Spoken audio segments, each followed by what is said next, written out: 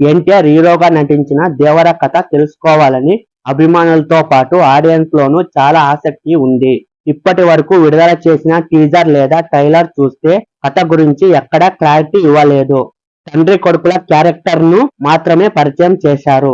అయితే Arjun Reddy, Kabir Singh Animal cinema director Sudeep Reddy వంగతో జరిగిన ఇంటరాక్షన్ ఇంటర్వ్యూలో అసలు కథ లీక్ చేశారు. ఎన్టీఆర్ అలాగే విలన్ రోల్లో చేసిన సైఫ్ అలీ ఖాన్ లీక్ చేశారు. అసలు కథలోకి పోతే దేవర కథ 4 గ్రామాల మధ్య జరుగుతుందని సుదీప్ రెడ్డి వంగకు ఇచ్చిన తాజా ఇంటర్వ్యూలో ఎన్టీఆర్ చెప్పారు.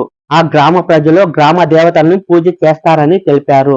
పూర్వీకుల ఆయుధాల కోసం పోరాటం జరుగుతుందని భైరవ పాత్ర చేస్తున్న ఎన్టీఆర్ వివరించారు. టీజర్ ట్రైలర్ చూస్తే కత్తులను ఊరేగింపుగా తీసుకువెళ్తున్న దృశ్యాలు ఉన్నాయి.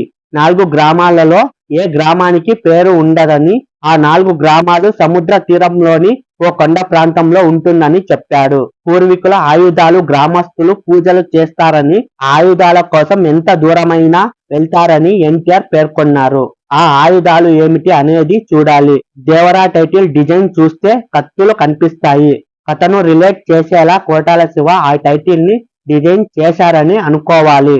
4 గ్రామాలలో ఓ గ్రామానికి భైరవ పాత్ర చేసిన సైఫ్ అలీ ఖాన్ నాయకుడి కాగా, మరో గ్రామానికి దేవర పాత్ర చేసిన ఎన్టీఆర్ నాయకుడు. ఫిక్షనల్ ప్రపంచంలో ఈ సినిమా జరుగుతుందని ఎన్టీఆర్ వివరించారు.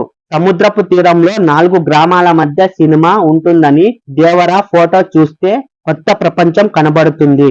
మరి ఈ సినిమా ఏ కాలంలో జరుగుతుందంటే 1980, 90లలో కథ ఉంటుందని ఎన్టీఆర్, సైఫ్ అలీ ఖాన్ తెలిపారు.